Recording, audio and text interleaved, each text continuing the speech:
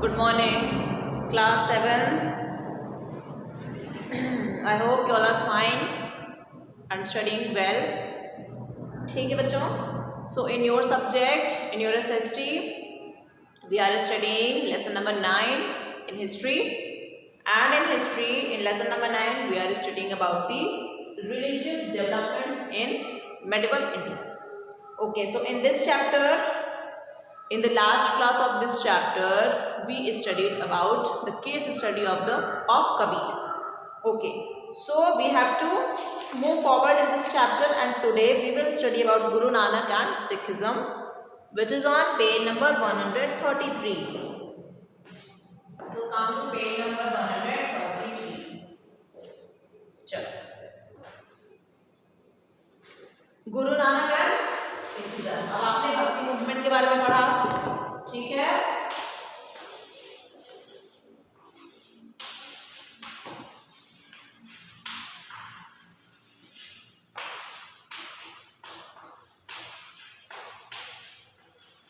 भक्ति मूवमेंट के बारे में पढ़ा, सूफी मूवमेंट के बारे में पढ़ा, अलग अलग जो संत महात्मा हुए उनके बारे में देखा, कबीर की केस स्टडी पढ़ ली.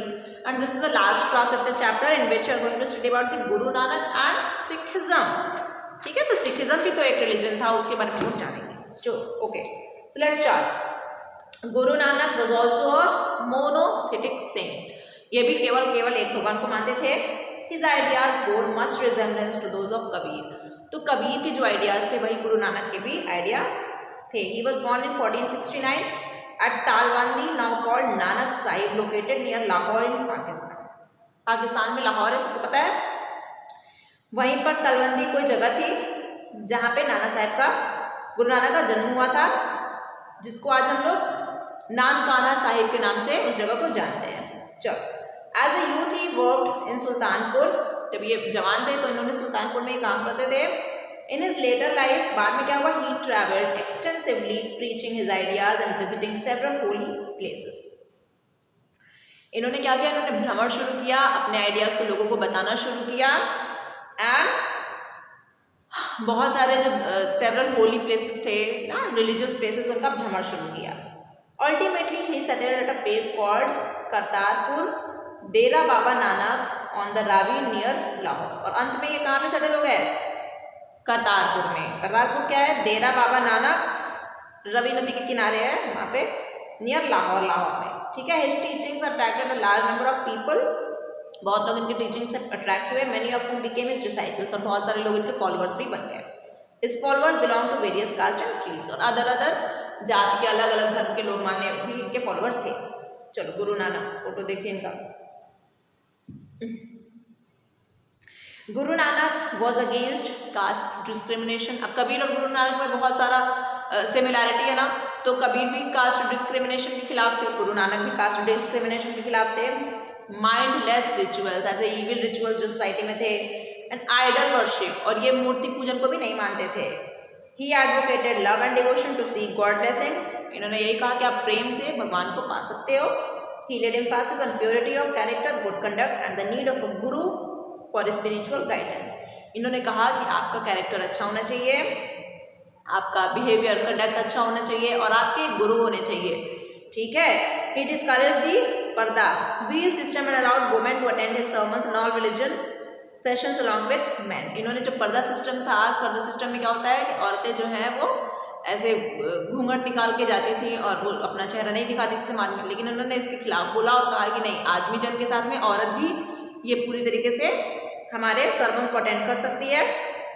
गुरु Nanak propagated that idea that God is without form और attributes and his will is reflected in the words of a Guru.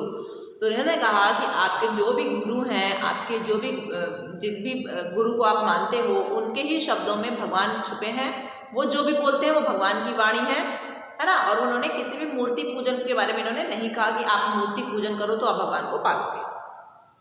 He preached meditation on the name of God in order to attain peace and salvation. इन्होंने meditation भी कहा कि आप तभी salvation attain कर सकते हो. Verses carrying his teachings were sung as कीर्तन इन sung by a group of singers. तो कीर्तन जो होता है ना, भजन कीर्तन जो करते हैं, उनके वर्सेस जो भी इन्होंने कहा उसमें इनका प्रयोग करके कीर्तन को गाया जाता था। गुरु नानक की मृत्यु कब हुई? 1539 में। Before his death, he appointed one of his disciples named Lehna as his successor. तो अपने एक फॉलोअर लेहना जिनका नाम था उनको अपना सक्सेसर इन्होंने अपॉइंट कर दिया। लेहना came to be called Guru Angad, उनको हम लोग गुरु अंगद के नाम से जानते हैं। Guru Nanak with his disciples. चलो, मरने के पहले इन्होंने अपने एक डिसाइपल को अपना सब कुछ दे दिया कि अब आप इस चीज़ को फॉलो कर पाओगे। After Guru Nanak's death, various new developments took place and his ideas led to the foundation of a new religion called Sikhism. जब उनका मृत्यु हो गया तो बहुत सारे ऐसे आप न्यू फेथ इमर्ज हुए और उसके बाद सिखिज्म इमर्ज होता है। चलो, The new religion borrowed a lot from the various Hindu and Muslim saints like Sant Namdev and Baba Sheikh Farid. ठीक है, तो नामदेव के बारे में आपने पढ़ा, वो हिंदुइज्म को फॉलो करते थे। उसके बाद बाबा शीख फरीद, ये क्या थे? सूफी सेंट थे। तो इन दोनों से भी बहुत सारी चीज़ें इन्होंने बोरो किया, मांगा, मतलब उन्हीं के थॉट्स इनके रिलीजन में आए। During Nanak's time his followers gathered in buildings known as dharamshalas. Nanak, जब गुरु नानक थे तो धर्मशाला में इनके फॉलोअर्स अटेंड करते थे। Where they ate together in a langar, जहाँ पे वो लोग एक साथ भोजन करते थे, जिसको हम लोग लंगर के नाम से जानते हैं, जो कि आज भी होता है। और community kitchen regardless of the different social backgrounds and status. और एक कम्युनिटी किचन था, मतलब ढेर सारे लोग उस किचन में खाना बनाते थे, खाते थे, और उसके पीछे कौन किस कास्ट का है, कौन किस रिलीजन का है, इससे कोई मतलब नहीं रहता था। These dharamshalas later emerged as places of worship called gurdwaras. अच्छा, यही धर्मशाला जहाँ पे वो लोग लंगर खाया करते थे, ये बाद में गुरुद्वारा बने। चलो, सिख गुरुज के बारे में थोड़ा जानो।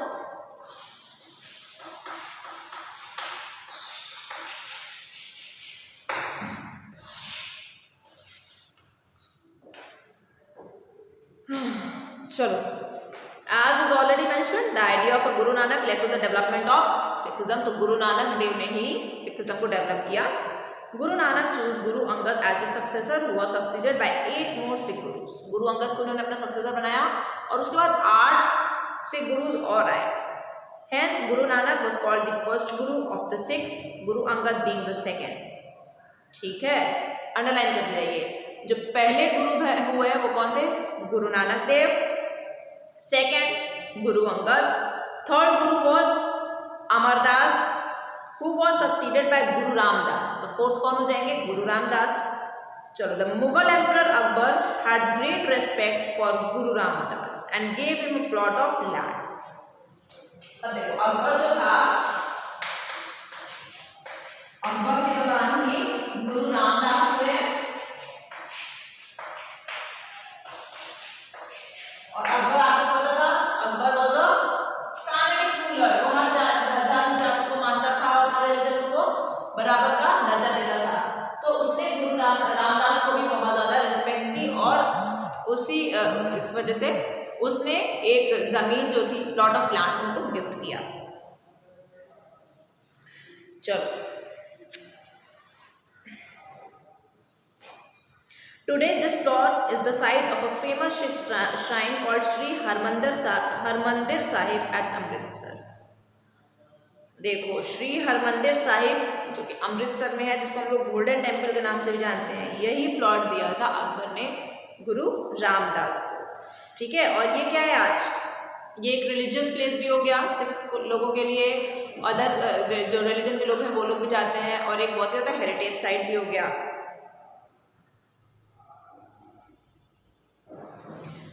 गुरु रामदास वो सक्सीडेड बाय सन अर्जन देव। अब गुरु रामदास के बाद अर्जन देव, उन्होंने आगे बढ़ाया सिखिज्म को। Who compiled the teachings of the first 4 gurus as well as his own in the Adi Granth. जिन्होंने लिखा, जो पहले के 4 गुरु हुए थे, उनकी टीचिंग्स को और अपनी टीचिंग को भी आदि ग्रंथ में लिखा। मीनिंग फर्स्ट बुक, मतलब पहला किताब। The Adi Granth is today known as the Guru Granth Sahib. और आदि ग्रंथ को ही आज हम लोग गुरु ग्रंथ साहिब के नाम से जानते हैं। गुरु ग्रंथ साहिब क्यों? क्योंकि गुरु नानक देव ने ही सिखिज्म का इमर्जेंस किया था, फाउंडेशन किया था। Unfortunately driven by some political reasons, the Mughal emperor Jahangir ordered the execution of Guru Arjan Dev in the year 1606। बहुत इंपॉर्टेंट, अंडरलाइन करिए। अब अकबर ने क्या किया? गुरु रामदास को इतना भारी प्लॉट दे दिया जो कि आज इतना जहाँ पे इतना एक रिलीजियस साइट हो गया सिख लोगों के लिए। लेकिन उसी का बेटा जहांगीर, उसने क्या किया,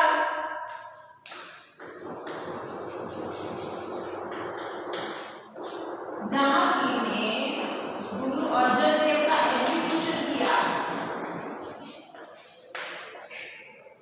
क्या किया? गुरु अर्जन देव को उसने बंदी बना लिया 1606 में, कुछ पॉलिटिकल रीजंस, राजनीतिक रीजंस की वजह से।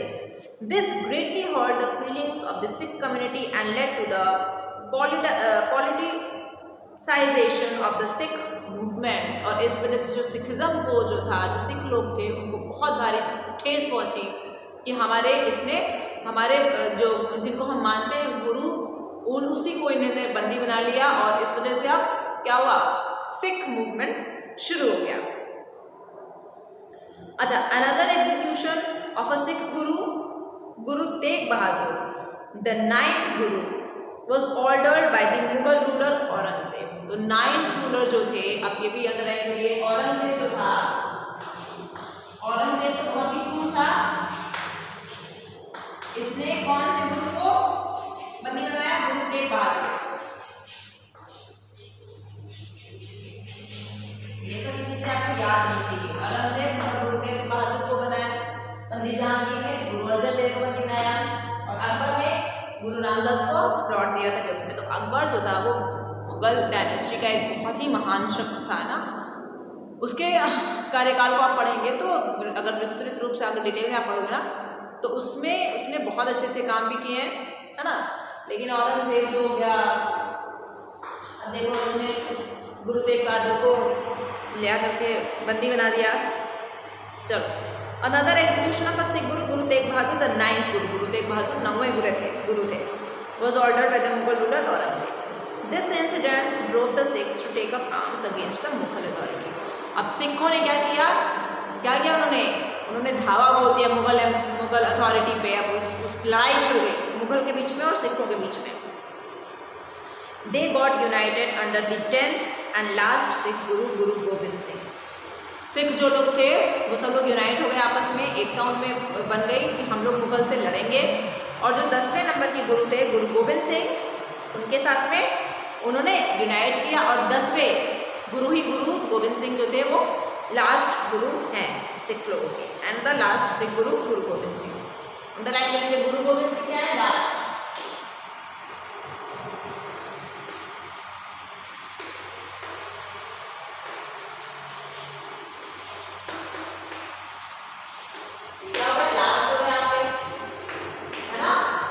फर्स्ट कौन हो गया? गुरु नानक देव।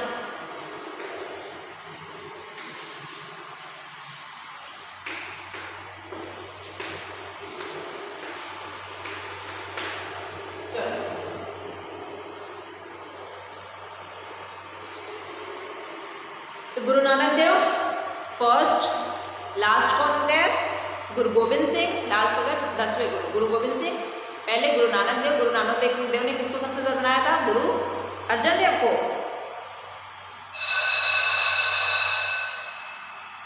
गुरु अंगद को बनाया था, ठीक है। तो उसके बाद फॉलोअर्स आते गए। फिर उसके बाद क्या पढ़ा हम लोगों ने?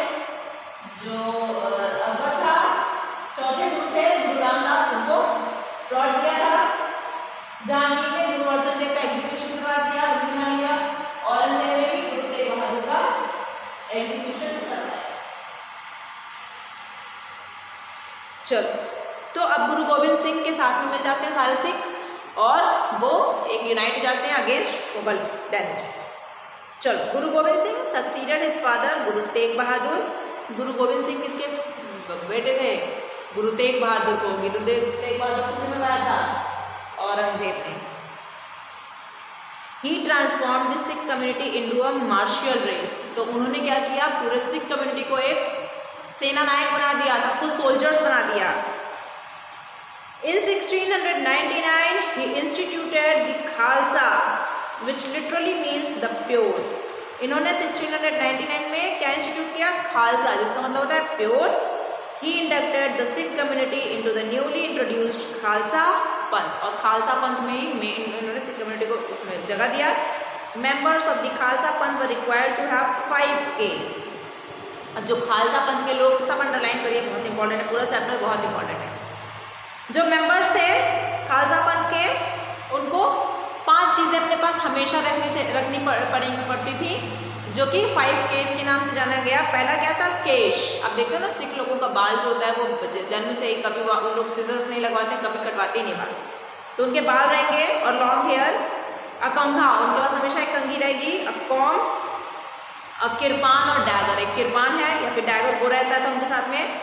कड़ा, कड़ा भी पहनते हैं, आप लोग देखे होंगे। और आयरन ब्रेसलेट, लोहे का जो कंगन होता है वो पहनते हैं। एंड कच्छा और अ पेयर ऑफ शॉर्ट्स, और कच्छा एक pair of shorts.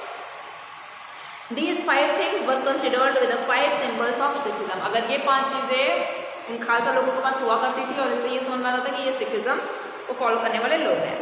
This development help the Sikhs to emerge as a political entity. अब ये जो डेवलपमेंट हुआ सिखिज्म में, इस तरीके से ये लोग क्या हुआ, राजनैतिक एक यूनिटी बन करके, ये लोग ग्रुप बन करके उभर करके आते हैं।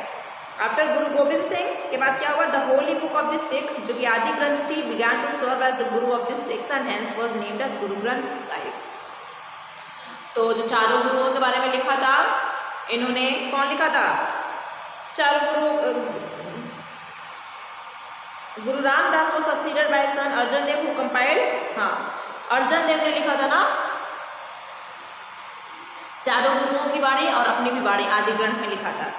तो गुरु गोबिंद सिंह की जब मृत्यु हो जाती है, तो उसके बाद जो आपका गुरु ग्रंथ साहिब, जो आदि ग्रंथ लिखा था इन्होंने, उसी को गुरु ग्रंथ साहिब से सिखिज्म लोग मानते हैं, सिख लोग, और उसमें ही वही गुरु की बाणी है, और उसी को लोग मान करके अपना सिखिज्म को फॉलो करते हैं, पूजा पाठ करते हैं। History reveals pranayamas are breathing exercise.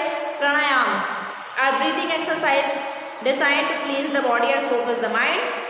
Bhastrika, kapalbhati, bahya, anulom vilom and bhramari are some well known pranayama. तो प्राणायाम तो बहुत सारे बच्चे योग में करते भी होंगे। प्राणायाम में क्या करते हो? ब्रीदिंग एक्सरसाइज, अपनी सांस रोक लेते हो, और इसमें क्या होता है, थोड़ी देर के लिए सांस रोकोगे, लंबे समय तक रोकोगे तो क्या होगा, आप समझ सकते हो। Exercise design to cleanse the body and focus the mind. और ये सब एक्सरसाइज हम लोग क्यों करते हैं? ताकि हमारी बॉडी में जो है, और हमारा दिमाग संतुलित रहे, और हमारी बॉडी में शुद्धता आए। हमारा जो एयर कंटेंट है ना, वो बॉडी में अच्छी तरीके से जा पाता है, और हम हेल्दी रह पाते हैं। जो ऑक्सीजन की मात्रा है जो हम लोग एयर से लेते हैं, वो अच्छे से हमारे बॉडी में जा पाता है। चलो, भस्त्रिका, कपालभाति, बाह्य, अनुलोम विलोम, भ्रमशी, ये सब भी अलग अलग तरीके के प्राणायाम हैं। ये हो गया आपका सिखिज्म का बात। अब आ जाओ अदर रिलीजियस ग्रुप्स। चलो, अदर रिलीजियस ग्रुप्स पहले जान लो।